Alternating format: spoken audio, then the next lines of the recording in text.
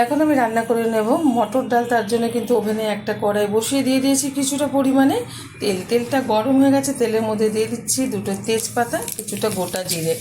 এটা রুটি বা পরোটার সাথে খাওয়ার মতো যে মানে মটর ডাল হয় সেরকম বানিয়ে নিচ্ছি।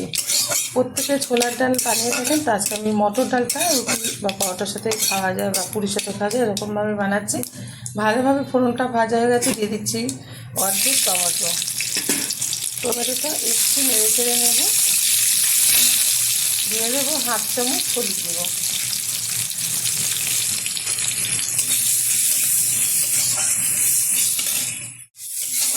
এখন দিয়ে দেবো কিছুটা আদা রসুন পেস্ট।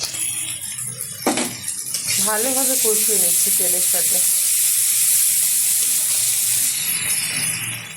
খুব সুন্দরভাবে কিন্তু মশলাটা তেলের সাথে কষিয়ে নিয়েছি।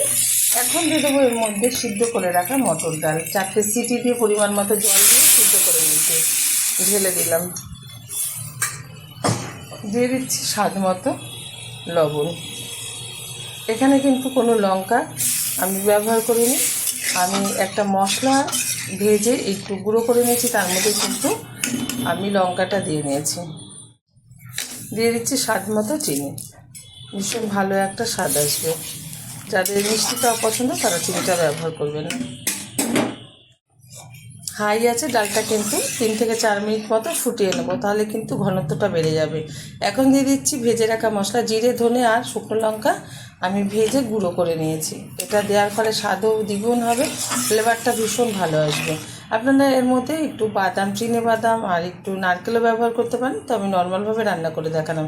আশা করি আপনাদের ভালো লেগেছে। ভালো লাগলে চ্যানেলটিকে সাবস্ক্রাইব করবেন, লাইক করবেন, শেয়ার করবেন। ডালটা হয়ে গেছে, নামিয়ে ঢেলে দেবো একটা পাত্রে। এটা ঠান্ডা হয়ে যাওয়ার পর কিন্তু অনেকটাই ঘনত্ব বেড়ে যাবে, আর গরম গরম রুটির সাথে এটা সার্ভ করবো। আপনারা অবশ্যই ট্রাই করবেন, আশা করি আপনাদেরও ভালো লাগবে।